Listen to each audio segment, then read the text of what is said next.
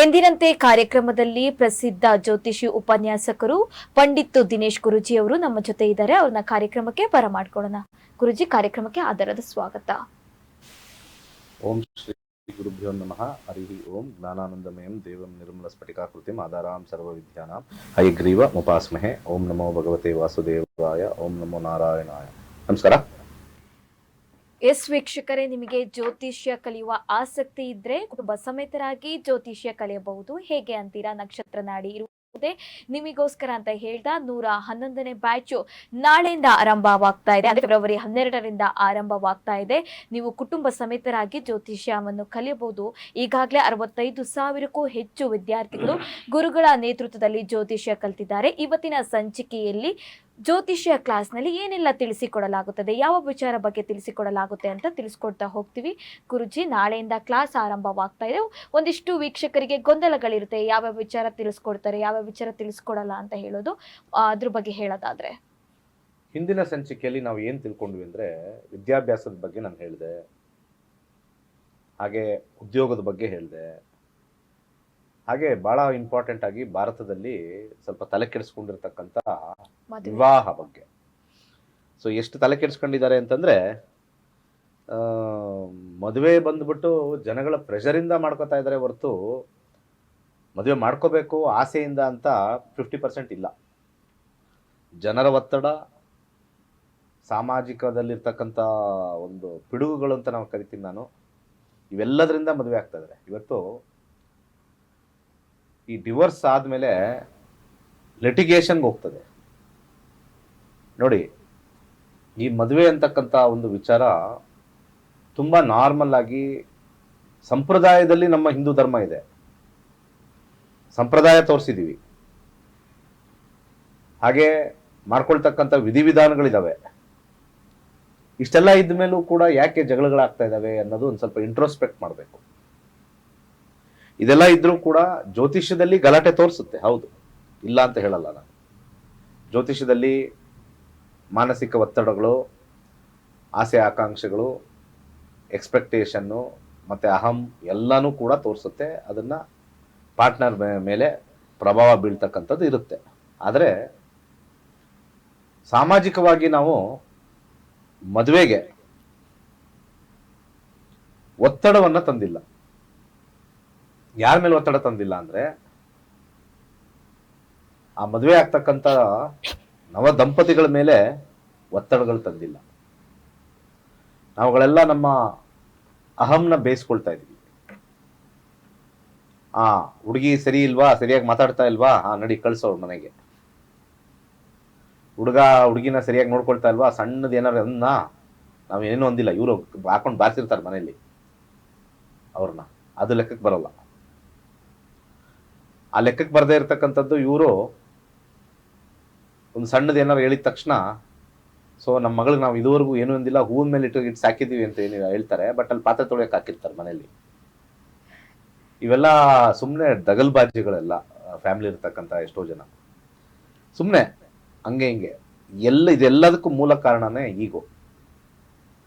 ಈ ಈಗೋ ಒಳಗಡೆ ಮದುವೆಗೆ ಬಂದು ಹೋಗ್ತಾ ಇರ್ತಕ್ಕಂಥವ್ರು ನಾವೇ ಅನ್ನ ಹಾಕಿ ಅವ್ರ ಹತ್ರ ಬಯಸ್ಕೊಳ್ಳೋ ಅಂತ ಪರಿಸ್ಥಿತಿ ಮದುವೆ ಅಂತ ಕರಿತೀನಿ ನಾನು. ನಾವೇ ಆಮಂತ್ರ ಕೊಟ್ಟು ಕರೆದು ಊಟ ಹಾಕ್ಸಿ, ಚೀತು ಅಂತ ನಮ್ಮನ್ನೇ ಉಗಿರಿ ಏನಾದ್ರು ಪ್ರಾಬ್ಲಮ್ ಆದರೆ ಅಂತ ಹೇಳಿ ಲೈಸೆನ್ಸ್ ಕೊಟ್ಟಂಗೆ. ಸೊ ಅವ್ರದ್ದೇ ಕಿತ್ತೋಗಿರುತ್ತೆ, ಬಟ್ ಬೇರೆಯವ್ರದ್ದು ಹೇಳಕ್ಕೆ ಬಂದ್ಬಿಡ್ತಾರೆ. ಕೆಲವರು ಇರ್ತಾರೆ, ಕೆಲವು ಗ್ಯಾಂಗ್ಗಳಿರ್ತಾರೆ. ಈ ಎರಡನೇ ಮನೆ ಓಡುತ್ತಲ್ಲಿ ಜಾತಕದಲ್ಲಿ ಎರಡನೇ ಮನೆ ಓಡಿದಾಗ ಗಂಡ ಹೆಂಡತಿ ಬಿಡ್ಸಕ್ಕೆ ಅವ್ರು ಯಾರೋ ಆ ಫ್ಯಾಮಿಲಿಗೆ ಕ್ಲೋಸ್ ಆಗಿರ್ತಕ್ಕಂಥ 4-5 ಜನ ಬಂದ್ಬಿಡ್ತಾರೆ. ಅವಾಗ ಮನೆ ಬಂದು ಕೂತ್ಕೊಳ್ತಾರೆ. ಟೀ ಕಾಫಿ, ಅವ್ರಿಗೆ ಉಪ್ಪಿಟ್ಟು ಟೀ ಕಾಫಿ ಅವಾಗ ಬರ್ತಾ ಇರುತ್ತೆ, ಅದು ತಿನ್ನೋದು, ಅವ್ರಿಗೆ ಬೈಯೋದು. ನೋಡ್ರಣ ಹಿಂಗ್ ನೋಡ್ರಕ್ಕ ಇವಳು ಹಿಂಗ್ ಮಾಡ್ತಾನೆ, ನೋಡ್ರಣ ಇವ್ನು ಹಿಂಗ್ ಮಾಡ್ತಾನೆ, ಹೌದಾ ಸರಿ ಊಟ ಹಾಕಿ ಮತ್ತೆ ನೆಕ್ಸ್ಟ್ ಕಾರ್ಯಕ್ರಮ ಮುಂದುವರ್ಸೋದು. ಟೈಮ್ ಪಾಸ್ ಗಿರಾಕಿಗಳು ಎಲ್ಲೆಲ್ಲಿ ಗಲಾಟೆ ಇದೆ ಅಲ್ಲಿ ಹೋಗಿಕೊಂಡು ಹಿಂಗೆಲ್ಲ ನೋಡೋದು, ನಾವು ನಿಮ್ಮವ್ರು ಅಂತೇಳಿ ಅಲ್ಲಿ ಬದುಕುಗಳನ್ನ ಹೇಳ್ಕೊಡೋದಲ್ಲ.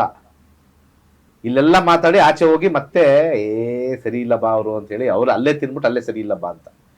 ಇಂಥ ಡಿಪೆಂಡೆನ್ಸಿ ನಮ್ಮ ಭಾರತದಲ್ಲಿ ಪ್ರತಿಯೊಂದು ಸಂಸಾರದಲ್ಲೂ ಹೆಚ್ಚಾಗಿದೆ. ಇದಕ್ಕೆ ಮೂಲ ಕಾರಣ, ನಾನು ನಿಮಗೆ ಒಂದು ಮಾತು ಹೇಳ್ತೀನಿ, ಮೂಲ ಕಾರಣ ಆರ್ಥಿಕ ಪರಿಸ್ಥಿತಿ. ಬೇಕಾದ್ರೆ ನೋಡಿ, ಆರ್ಥಿಕ ಪರಿಸ್ಥಿತಿ ಇರ್ತಕ್ಕಂಥವ್ರು ಯಾರ ಬಗ್ಗೆನೂ ತಲೆ ಕೆಡಿಸ್ಕೊಳ್ಳಲ್ಲ. ಬೇಕಾದ್ರೆ ನೋಡಿ, ಯೋಚನೆ ಮಾಡಿ, ಯಾರ ಬಗ್ಗೆನೂ ತಲೆ ಕೆಡಿಸ್ಕೊಳ್ಳಲ್ಲ.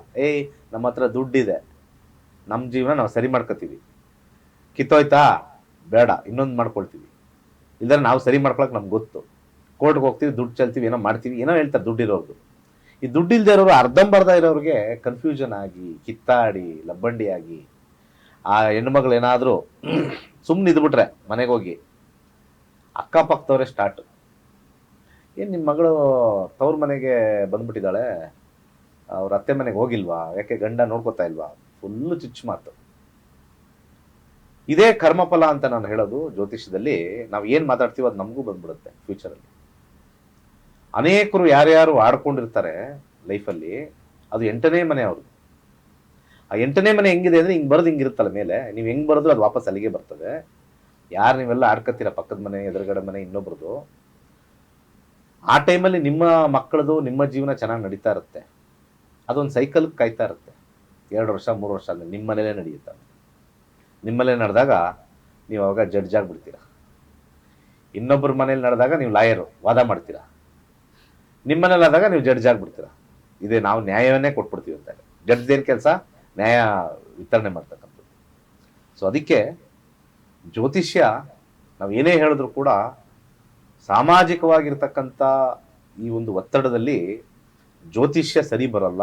ಮದುವೆ ವಿಚಾರದಲ್ಲಿ ಮದುವೆ ವಿಚಾರ ಬಂದ್ಬಿಟ್ಟು ಆ ಗಂಡು ಹೆಣ್ಣಿಗೆ ಮಾತ್ರನೇ ನಾವು ಕಾಂಬಿನೇಷನ್ಸ್ ನೋಡಿ ಹೇಳ್ಬೋದು. ಈ ಎಕ್ಸ್ಟ್ರಾ ಫಿಟ್ಟಿಂಗ್ಸ್ ಇರ್ತಾರಲ್ಲ, ಎಕ್ಸ್ಟ್ರಾ ಫಿಟ್ಟಿಂಗ್ಸ್ ಅಂತ ಕರಿತೀವಿ. ಈ ಹೊಸ ಗಾಡಿ ತಗೊಂಡಾಗ ಎಕ್ಸ್ಟ್ರಾ ಫಿಟ್ಟಿಂಗ್ ಅಂತ ಸ್ವಲ್ಪ ಹಾಕಿಸ್ತೀವಿ. ಬಂಪರು, ಆ ಕಡೆ ಸೈಡ್ ಮಿರರು, ಹ್ಯಾಂಡ್ಲಿಗೆ ಗ್ರಿಪ್ಪು ಅಂತೆಲ್ಲ ಹಾಕಿಸ್ತೀವಿ. ಅವೆಲ್ಲ ತಾತ್ಕಾಲಿಕ, ಕಿತ್ತೋಗ್ತವೆ. ಒರಿಜಿನಲ್ ಏನಿತ್ತೋ ಗಾಡಿ ಅದೇ ಇರುತ್ತೆ. ಸೊ ಯಾವಾಗ ನಾವು ಇಲ್ಲಿ ಎಕ್ಸ್ಟ್ರಾ ಫಿಟ್ಟಿಂಗ್ಸ್ ಅನ್ನು ಅವ್ರನ್ನೆಲ್ಲ ಸೇರಿಸ್ಕೊಳ್ತೀವಿ ಮದುವೆಯಲ್ಲಿ, ಜ್ಯೋತಿಷ್ಯದಲ್ಲಿ ನಮಗೆ ಇಲ್ಲಿ ಹೇಳಕ್ಕಾಗಲ್ಲ. ಕೆಲವೊಂದು ನಾನು ನೋಡಿದ್ದೀನಿ, ಕಾಂಬಿನೇಷನ್ಸ್ ಬಹಳ ಚೆನ್ನಾಗಿರುತ್ತೆ ಇಬ್ಬರಲ್ಲೂ. ಈ 3ನೇ ವ್ಯಕ್ತಿ ಎಂಟರ್ ಆಗ್ಬಿಟ್ಟು ಲೈಫೇ ಬರ್ಬಾದ್ ಮಾಡ್ಕೊಂಡಿರ್ತಾರೆ. ನೋಡಕ್ ಚೆನ್ನಾಗಿರುತ್ತೆ, ಮ್ಯಾರೇಜ್ ಏನ್ ಕಿತ್ತೋಗಲ್ಲ. ಆದ್ರೆ ಹೇಳಿಕೆ ಮಾತು ಕೇಳಿ ತಾತ್ಕಾಲಿಕವಾಗಿ ಇಬ್ಬರಲ್ಲೂ ಒಡಕು ಮುಂಟಾಗಿರ್ತಕ್ಕಂಥದ್ದು ಬರುತ್ತೆ. ಎಲ್ಲಾನು ಕೂಡ ಜ್ಯೋತಿಷ್ಯದಲ್ಲಿ ಪಿನ್ ಪಾಯಿಂಟ್ ಮಾಡೋದಿಲ್ಲ. ಜ್ಯೋತಿಷ್ಯದಲ್ಲಿ ಇವತ್ತು ನೀನು ಮಸಾಲೆ ದೋಸೆ ತಿಂತೀಯ ಅಂತ ಏನ್ ಬರ್ದಿರಲ್ಲ. ನೀನು ಆರೋಗ್ಯವಾಗಿರ್ತೀಯ ಅಂತಂದ್ರೆ ನೀನ್ ಏನ್ ಬೇಕಾದ್ರೆ ತಿನ್ಬೋದು, ಏನ್ ಬೇಕಾದ್ರೆ ಬಿಡ್ಬೋದು. ನಿನಗೆ ಯಾವಾಗ ಅನಾರೋಗ್ಯವಾಗಿರ್ತೀಯ ಆವಾಗ ನಿನಗೆ ಮಸಾಲೆ ದೋಸೆ ಸಿಗುತ್ತೆ ಅಂತ ಹೇಳಕ್ಕಾಗತ್ತಾ? ಸಾಧ್ಯನೇ ಇಲ್ಲ. ಸೊ ಜ್ಯೋತಿಷ್ಯ ಬಹಳ ವಿಭಿನ್ನವಾಗಿರ್ತಕ್ಕಂಥ ಸಬ್ಜೆಕ್ಟು. ಮೇನ್ ಹೆಡ್ಲೈನ್ಸ್ನ ಮಾತ್ರ ನೋಡ್ತಕ್ಕಂಥದ್ದು ಜ್ಯೋತಿಷ್ಯ. ಅರ್ಥ ಮಾಡ್ಕೊಳ್ಳಿ, ದಿನನಿತ್ಯ ನಡೀತಕ್ಕಂಥದ್ದೆಲ್ಲ ಜ್ಯೋತಿಷ್ಯದಲ್ಲಿ ಇಲ್ಲ. ಜೀವನದಲ್ಲಿ ಮುಖ್ಯ ಘಟನೆಗಳು ಏನೇನು ನಡೆಯುತ್ತೆ, ಏನೇನು ಆಗುತ್ತೆ ಅಂತ ನೋಡ್ತಕ್ಕಂಥದ್ದೇ ಜ್ಯೋತಿಷ್ಯ. ಅದನ್ನ ಬಂದು ನೀವು ಕಲಿಬೇಕು. ಮುಖ್ಯ ಘಟ್ಟಗಳು ಅಂತಂದ್ರೆ ಎಜುಕೇಶನ್ ಇವಾಗ ಹೆಂಗ್ ಮಾಡ್ತಾನೆ, ನಾಳೆ ಹೆಂಗ್ ಮಾಡ್ತಾನೆ, ನಾಡಿದ್ದು ಹೆಂಗ್ ಓದ್ತಾನೆ, ಈ ವರ್ಷ ಹೆಂಗ್ ಓದ್ತಾನೆ ಅನ್ನೋದಕ್ಕಿಂತ ಇವನು ಒಳ್ಳೆ ವಿದ್ಯಾವಂತನಾಗಿ 10th ಪಾಸ್ ಆಗಿ PUC ಮುಗಿಸ್ಕೊಂಡು ಒಳ್ಳೆ ಡಿಗ್ರಿ ಮಾಡಿ ಒಳ್ಳೆ ಎಜುಕೇಶನ್ ಮಾಡ್ತಾನಂತ ಓವರ್ ಆಲ್ ಪಿಕ್ಚರ್ ಅಲ್ಲಿ ಗೊತ್ತಾಗುತ್ತೆ. ಫುಲ್ ಆಗುತ್ತಾ, ಫುಲ್ ಆಗಲ್ಲ ಅಂತ. ಪ್ರತಿ ಹೆಜ್ಜೆಗೂ ಇವಾಗ ಯಾರೋ ಎದ್ದು ಬಿಟ್ಟಿರ್ತಾರೆ, ಅವನಿನ್ನೂ 5ನೇ ಕ್ಲಾಸು, ಡಲ್ ಆಗಿರ್ತಾನೆ ಪಾಪ, ಓದ್ತಾ ಇರಲ್ಲ. ಅವರು ಅದೇ ಲೈಫ್ ಲಾಂಗ್ ಕಂಟಿನ್ಯೂ ಅನ್ಕೊಂಡ್ಬಿಟ್ಟಿರ್ತಾರೆ. ಎಷ್ಟೋ ಜನ ರ್ಯಾಂಕ್ ತೆಗಿತಾ ಇರೋರು 5th ಸ್ಟ್ಯಾಂಡರ್ಡ್ 6th ಸ್ಟ್ಯಾಂಡರ್ಡ್ ಸ್ಕೂಲ್ಗೆ ಟಾಪರ್ ಆಗಿರೋರು 10th ಅಲ್ಲಿ ಫೇಲ್ ಆಗಿದ್ದಾರೆ. ಅಂದ್ರೆ ದಶಾಭುಕ್ತಿಗಳು ಬದಲಾಗ್ತಾ ಇದ್ದಂಗೆ ನಮ್ಮ ಮನಸ್ಥಿತಿ ಮತ್ತೆ ಪರಿಸ್ಥಿತಿಗಳು ಬದಲಾಗ್ತಾ ಇರುತ್ತೆ. ಅದನ್ನ ಬಂದು ಕಲಿತಕ್ಕಂಥದ್ದು, ನಾವು ನೋಡ್ತಕ್ಕಂಥದ್ದು ಮಾಡಿದ್ರೆ ನಮ್ಮ ಮಕ್ಕಳದು ನೋಡ್ಕೋಬಹುದು, ನಮ್ದು ನೋಡ್ಕೋಬಹುದು, ಹಾಗೆ ವಿಶೇಷವಾಗಿ ಎಲ್ಲ ವಿಚಾರದಲ್ಲೂ ನೋಡ್ಬೋದು. ಮತ್ತೊಂದು ವಿಚಾರ ಏನು ಅಂತಂದ್ರೆ, ಜ್ಯೋತಿಷ್ಯದಲ್ಲಿ ಸಮಸ್ಯೆನ ನಾವು ಕಂಡುಹಿಡಿಬಹುದು. ನನಗೊಂದು ಸಮಸ್ಯೆ ಬರುತ್ತೆ ಅಂತ, ಸಮಸ್ಯೆಯ ರೂಪವನ್ನ ಕಂಡುಹಿಡಿಯಕ್ಕಾಗಲ್ಲ. ಅರ್ಥ ಮಾಡ್ಕೊಳ್ಳಿ. ಈಗ 8ನೇ ಮನೆ ಇರುತ್ತೆ. 8ನೇ ಮನೆ ನಮಗೆ ಸಮಸ್ಯೆ ಕೊಡ್ತಕ್ಕಂಥದ್ದು. ಆ 8ನೇ ಮನೆ ಗ್ರಹಕ್ಕೆ ನಾವು ಸ್ವಲ್ಪ ದಾನಗಳನ್ನ ಮಾಡಿಕೊಂಡು ಅದಕ್ಕೆ ಬೇಕಾಗಿರ್ತಕ್ಕಂಥದ್ದು ಅದನ್ನ ಕಮ್ಮಿಲಿಡಬೇಕು. ಅದನ್ನ ನಾವೇನು ಮಾಡಿಲ್ಲ ಅಂತ ಅನ್ಕೊಳ್ಳೋಣ. 8ನೇ ಮನೆ ಆಪಾದನೆ ಬರ್ತಕ್ಕಂಥ ಮನೆ. ನೀವೇನಾದ್ರೂ ಅನೈತಿಕ ಚಟುವಟಿಕೆಗಳು ಮಾಡಿದ್ರೆ ಅದಕ್ಕೆ 8ನೇ ಮನೆ ನಿಮಗೆ ಪೂರಕವಾಗಿ ಬಂದು ನಿಮಗೆ ಅವಮಾನಗಳು, ಅಡಚಣೆಗಳು ಕೊಡುತ್ತೆ. ಅದೇ 8ನೇ ಮನೆ ನೀವು ಸಿಕ್ಕಾಪಟ್ಟೆ ಪ್ಯೂರ್ ಆಗಿದ್ದೀರಾ ಅಂತ ಅನ್ಕೊಳ್ಳೋಣ, ನೀವೇನು ಮಾಡಲ್ಲ, ನಾವು ಒಳ್ಳೆ ಪ್ಯೂರ್ ಸರ್, ನಾವು ಯಾರಿಗೂ ಏನು ತಂಟೆಗೆ ಹೋಗಲ್ಲ, ಎಲ್ಲ ಪ್ಯೂರ್ ಆಗಿದ್ದೀವಿ ಅನ್ಕೊಳ್ಳೋಣ. ಅವಾಗ 8ನೇ ಮನೆ ನಡೀತಾ ಇರುತ್ತೆ ಅನ್ಕೊಳ್ಳಿ. ಸಡನ್ ಆಗಿ ನೀವು ಬೈಕಲ್ಲಿ ಹೋಗ್ಬೇಕಾದ್ರೆ ಯಾರಿಗಾರು ಗುದ್ದಿ ಅವನು ಸತ್ತು ನೀವು ಇದರಲ್ಲಿರ್ತೀರ, ಕೋರ್ಟಲ್ಲಿ ಇರ್ತೀರ, ಜೈಲಲ್ಲಿ ಇರ್ತೀರ. ಇದಕ್ಕೇನು ಹೇಳೋದು? ನೀವು ಆರಾಮಾಗೇ ಹೋಗ್ತಾ ಇರ್ತೀರ, ನಾರ್ಮಲ್ ಆಗೇ ಹೋಗ್ತಾ ಇರ್ತೀರ.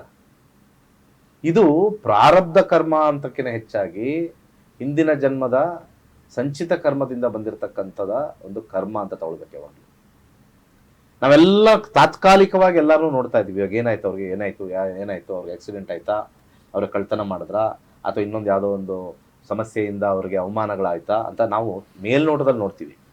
ಅದು ಬರೆದಿಟ್ಟಿತ್ತು. ಆದರೆ ಜ್ಯೋತಿಷಿಗಳು ಒಂದು ತಿಳ್ಕೊಬೇಕು. ಎಲ್ಲರೂ ಜ್ಯೋತಿಷಿಗಳಿಗೆ ಹೇಳ್ತಾ ಇದ್ದೀನಿ ಫಸ್ಟ್, ಇದು ಈ 8ನೇ ಮನೆ ಬಂದಾಗ ಯಾವುದರಿಂದ ಸಮಸ್ಯೆ ಬರುತ್ತೆ ಅಂತ ನಮಗೆ ಗೊತ್ತಾಗೋದಿಲ್ಲ. ಸಮಸ್ಯೆ ಬರೋದು ಗೊತ್ತಿರುತ್ತೆ, ಯಾವ ರೂಪದಲ್ಲಿ ಬರುತ್ತೆ ಅಂತ ಗೊತ್ತಿರಲ್ಲ. ಇದನ್ನ ಸಾಮಾನ್ಯ ಜನಕ್ಕೆ ಅರ್ಥ ಆಗೋದಿಲ್ಲ. ಯಾಕಂದ್ರೆ ಅವರು ಸ್ವಲ್ಪ ಜೀವನದಲ್ಲಿ ನೊಂದಿರ್ತಕ್ಕಂಥ ವ್ಯಕ್ತಿಗಳು, ತಕ್ಕಂತ ಅರ್ಥ ಮಾಡ್ಕೊಳ್ಳೋದು. ಜ್ಯೋತಿಷಿಗಳು ಅಥವಾ ಒಂದು ಜ್ಯೋತಿಷ್ಯ ಅನ್ನೋ ಒಂದು ಸಬ್ಜೆಕ್ಟು ಒಂದು ವಿಚಾರವನ್ನ ತೋರಿಸುತ್ತೆ, ಮೂಲನ ತೋರಿಸಲ್ಲ. ಅರ್ಥ ಮಾಡ್ಕೋಬೇಕು. ಮದುವೆ ತೋರಿಸುತ್ತೆ, ಇದೇ ಹುಡುಗಿ ಬರುತ್ತಾ ಅಂತ ತೋರಿಸಲ್ಲ. ವಿವಾಹ ಆಗಬಹುದು ಅನ್ನೋದಷ್ಟೇ ತೋರಿಸುತ್ತೆ. ಈಗ ಅವನಿಗೆ ಯೋಗವಾಗಿದೆ, ಗ್ರಹಗತಿಗಳು ಅವರಿಗೆ ಈಸಿಯಾಗಿ ಆಕ್ಸೆಸಿಬಿಲಿಟಿ ಕೊಟ್ಟಿದೆ. ಈಗ ಒಂದು ಊರಿಗೆ ಒಂದು ಯಾರೊಬ್ಬ ಟ್ರಾವೆಲರ್ ಬರ್ತಾನೆ. ಆ ಟ್ರಾವೆಲರ್ಗೆ ಬರೀ 3 ದಿವಸ ಇರೋದು, ಬೆಂಗಳೂರಿಗೆ ಬರ್ತಾರೆ 3 ದಿವಸ. ಬೆಂಗಳೂರಲ್ಲಿ ನೋಡ್ತಕ್ಕಂಥ ಜಾಗಗಳು ಎಷ್ಟಿದಾವೆ? 3 ದಿವಸದಲ್ಲಿ ಎಷ್ಟು ಕವರ್ ಮಾಡೋಕ್ಕಾಗುತ್ತೋ ಅಷ್ಟೇ ಕವರ್ ಮಾಡೋಕ್ಕಾಗೋದು. ಇದನ್ನೇ ನಾನು ಜ್ಯೋತಿಷ್ಯಕ್ಕೆ ಅಳವಡಿಸ್ತೀನಿ. ಸೊ ಲಿಮಿಟೇಷನ್ಸ್ ಇಲ್ಲೂ ಇರುತ್ತೆ, ಅಲ್ಲೂ ಲಿಮಿಟೇಷನ್ಸ್ ಹೇಗಿರುತ್ತೆ ಅದೇ ತರ ಜ್ಯೋತಿಷ್ಯ. ಮದುವೆ ತೋರಿಸುತ್ತೆ, ಇಂಥವನ್ನೇ ಮದುವೆ ಆಗ್ತಾರೆ ಅಂತ ಸಾಧ್ಯನೇ ಇಲ್ಲ ಹೇಳಕ್ಕೆ. ಯಾರಾದ್ರೂ ಆತರ ಹೇಳಿದ್ರೆ ಅದು ಬರೀ ಸುಳ್ಳು. ಇನ್ ಕೇಸ್ ಇನ್ನೂ ನಿಯರ್ ಹೋಗ್ಬೇಕು, ಇಂಥವ್ರು ಆಗಬಹುದಾ ಅಂತ ಅನ್ನಕ್ಕೆ ಪ್ರಶ್ನಾಶಾಸ್ತ್ರ ಹಾಕಿ ಇಬ್ಬರಲ್ಲೂ ಮನಸ್ಸುಗಳು ಒಂದಾಗಿ ಓಕೆ ಅನ್ನೋ ಒಂದು ಚಾನ್ಸಸ್ ಇದೆಯಾ ಅಂತ ನಾವು ನೋಡೋಕ್ಕೆ ಪ್ರಶ್ನಾಶಾಸ್ತ್ರವನ್ನ ಹಾಕಿ ನಾವು ಮುಂದುವರಿಸ್ಬೋದು. 3 ಜಾತಕ ನೋಡಿದೀವಿ. ಈಗ ಇಲ್ಲಿರೋ ಹುಡುಗಿಗೆ ಆ 3 ಜನ ಹುಡುಗರು ಇಷ್ಟ ಆಗಿದೆ. ಇವ್ರ ಜಾತಕದಲ್ಲೂ ಮದುವೆ ಯೋಗ ಬಂದಿದೆ, ಅವರ 3 ಜಾತಕದಲ್ಲೂ ಮದುವೆ ಯೋಗ ಬಂದಿದೆ. ಮದುವೆ ಯಾಕೆ ಆಗ್ತಾ ಇಲ್ಲ ಅನ್ನಕ್ಕೆ ಇಲ್ಲಿ ಮನಸ್ಸು ಅನ್ನೋದು ಒಂದು ಪಾಯಿಂಟ್ ಜಾತಕದಲ್ಲಿ ಇರಲ್ಲ. ಜ್ಯೋತಿಷ್ಯ ನೀನು ಹೋಟ್ಲ್ಗೆ ಹೋಗ್ತೀಯಾ ಅಂತ ಹೇಳುತ್ತೆ, ಏನ್ ತಿಂತೀಯಾ ಅಂತ ಹೇಳಕ್ಕಾಗಲ್ಲಪ್ಪ. ಅರ್ಥ ಮಾಡ್ಕೊಳ್ರಯ್ಯ ನೀವೆಲ್ಲ ಪಬ್ಲಿಕ್ಗಳು ಅರ್ಥ ಮಾಡ್ಕೋಬೇಕು. ನಮ್ಮ ಹಿಂದೂ ಸನಾತನ ಧರ್ಮ ಬೈಯದಲ್ಲ. ಅದು ಜ್ಯೋತಿಷ್ಯ ಎಷ್ಟು ಪವರ್ಫುಲ್ ಅಂದ್ರೆ ನೀನು ಹೋಟ್ಲ್ಗೆ ಹೋಗ್ತೀಯಾ ಅನ್ನೋದನ್ನು ನಿರ್ಣಯ ಮಾಡೋ ಹೇಳುತ್ತೆ. ಆದ್ರೆ ಹೋಟ್ಲ ನೀನು ಇಡ್ಲಿ ತಿಂತೀಯಾ, ಮಸಾಲೆ ದೋಸೆ ತಿಂತೀಯಾ, ಉಪ್ಪಿಟ್ಟು ತಿಂತೀಯಾ, ಬಿಸಿಬೇಳೆ ಬಾತ್ ತಿಂತೀಯಾ, ಬರೀ ಕಾಫಿ ಕುಡಿದು ಬರ್ತೀಯಾ ಅಥವಾ ಬರೀ ನೀರು ಕುಡ್ಕೊಂಡ್ ಬರ್ತೀಯಾ, ಅದು ನಿನ್ನ ಮನಸ್ಸಿನ ಮೇಲೆ ಬಿಟ್ಟಿರ್ತಕ್ಕಂಥದ್ದು.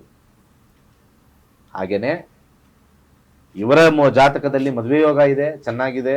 ಆ 3 ವರಗಳ ಜಾತಕದಲ್ಲೂ ಮದುವೆ ಯೋಗ ಇದೆ, ಚೆನ್ನಾಗಿದೆ ಅಂತಂದಾಗ ಇವ್ರಿಗೆ ಅದ್ರಲ್ಲಿ ಯಾರೋ ಒಬ್ರು ಇಷ್ಟ ಆಗ್ಬಿಟ್ಟಿರುತ್ತೆ. ಅದು ಹೋಗಿಲ್ಲ ಅಂದ್ರೆ 2ನೇದು ಇಷ್ಟ, 3ನೇದು ಬೇಡ ಅಂತ ಏನೋ ಒಂದು ಕಾಂಬಿನೇಷನ್ ಬಂದಾಗ ಆ ಮೊದಲನೇ ವ್ಯಕ್ತಿ ಇಷ್ಟ ಆಗಿರೋರು ಅವರ ಮನಸ್ಥಿತಿನೂ ಕೂಡ ಹಂಗೆ ಇರಬೇಕು.